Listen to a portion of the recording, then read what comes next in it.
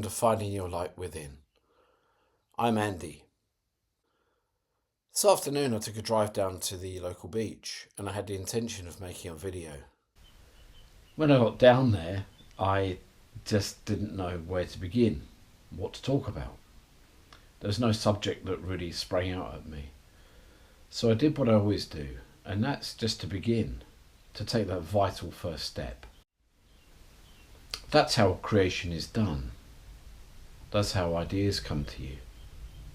So that's what I did. I sat in the car and I had my GoPro and I filmed myself and I began talking, and over the course of about 10 minutes I explored many different subjects. I'll put timestamps in the description for you so you can see those. Drop me a comment below, let me know what you like or maybe what you don't like. It's all good learning for me as I find my way forward in this venture. And so, as always, enjoy the talk and keep finding your light within and live your best life. Be extraordinary because you are. So I came down to the beach to sit and I thought I'd have a really good idea of what to talk about today. But since I've been here, my mind has gone blank and I seem bereft of ideas. So I decided that what I would do would be to record and see what comes, because that's what happens with my writing. Whenever I begin writing, I enter a state of flow and ideas just start to, they start to issue forth from me. It's like a creative vein, if you like, that when it's open I can't stop it. Subconscious. I think of it as akin to being in the zone, really. I hear athletes talking about that they enter a zone and they're in another place. Their mind is shut off and they exist from some place within. I remember Lewis Hamilton talking about it once. It may have been 2017. Can't be sure of the year, but somewhere around there. He drove a qualifying lap at Singapore at the circuit there. And he said he had this out-of-body experience. And I think that's what happens whenever you let go of consciousness and you enter the state of subconsciousness. You enter the place where, it's what I call your life force, the force inside of you that guides your life. That's something in your DNA that makes you want to grow. You know it's there. You have this instinct about it, the gut feeling, the voice of the heart. It exists for everybody and all living things. It's what makes the seed turn into the tree and the sapling overcome obstacles on its way to reaching for the light. It has to if it wants to survive. It's in everything. A turtle hatches out of an egg on a beach, swims, it makes its way across the sand down into the water. It's precarious, it's a dangerous journey, but this little hatchling makes it and it swims off. And if it survives those early years, at some point it returns to the very same beach to lay its own eggs. It's remarkable. How does it know to do so? It's entrenched within it. It's in its DNA. The same is true of other migratory animals, insects. It's built into them, this knowing. And I feel the same is true of us, and it has to be. And the reason I say it has to be is because we are living beings. We are organisms of this world. We are the same as plants. We share the same life. We all came from the same place. Now you may think of yourself as vastly superior to a plant, but if you go back to the very basics of what life is, that's what we are. We need nutrition, we need light, and we need room to grow. And we need nurture and care.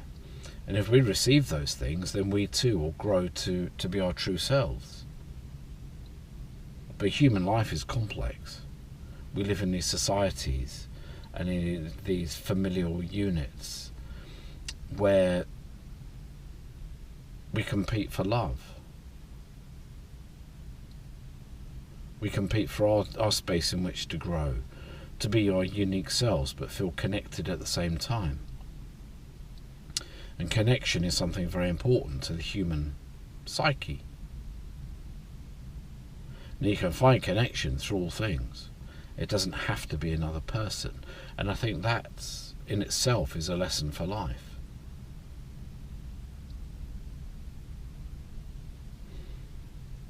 I'm just pausing to reflect on that, really, because I recently wrote my draft manuscript called The Pursuit of Dreams.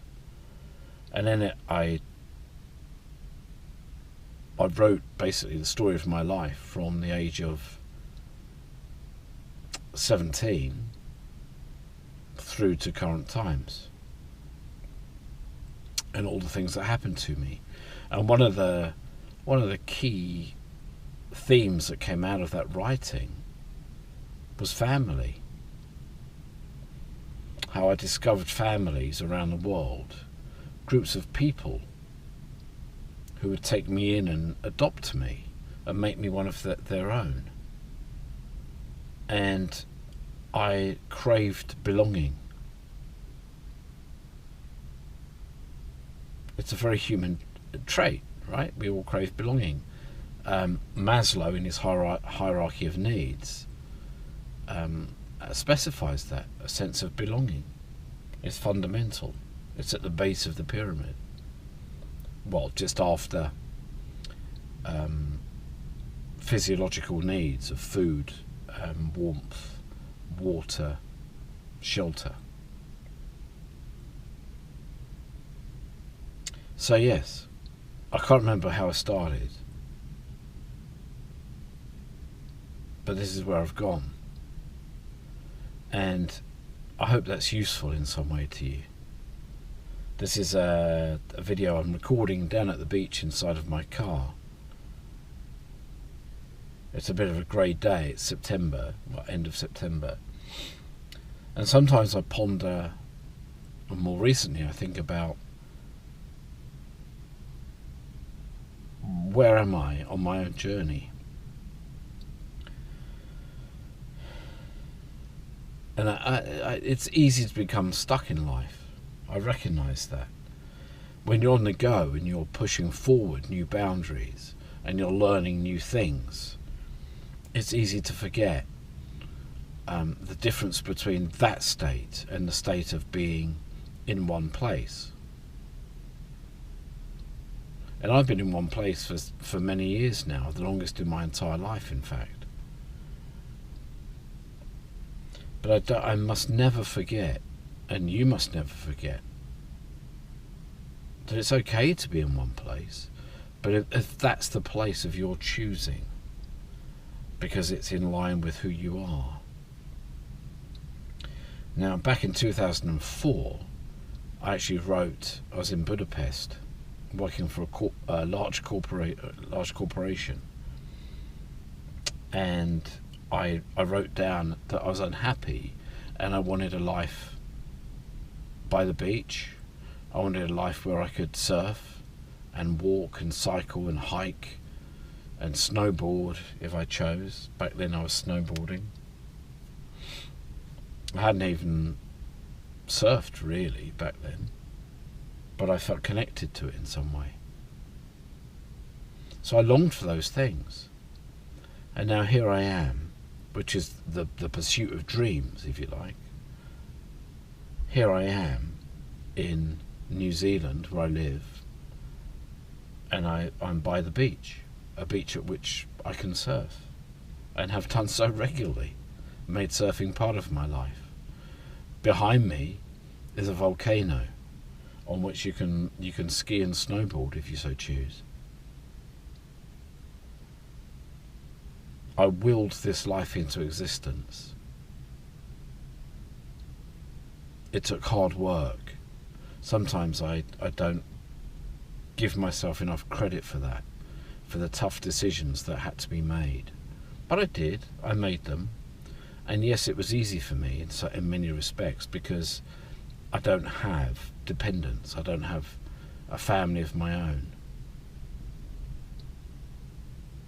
But I did so because I wanted a family of my own.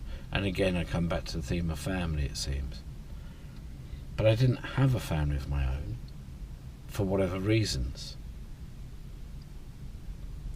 So it becomes easy to become entrenched and forget.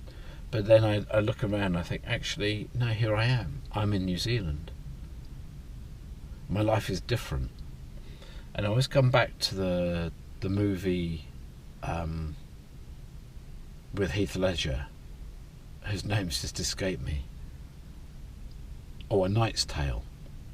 In A Knight's Tale, a very young Heath Ledger character says to his father, "Can a man change his stars, father?" And the father character says that yes, they can.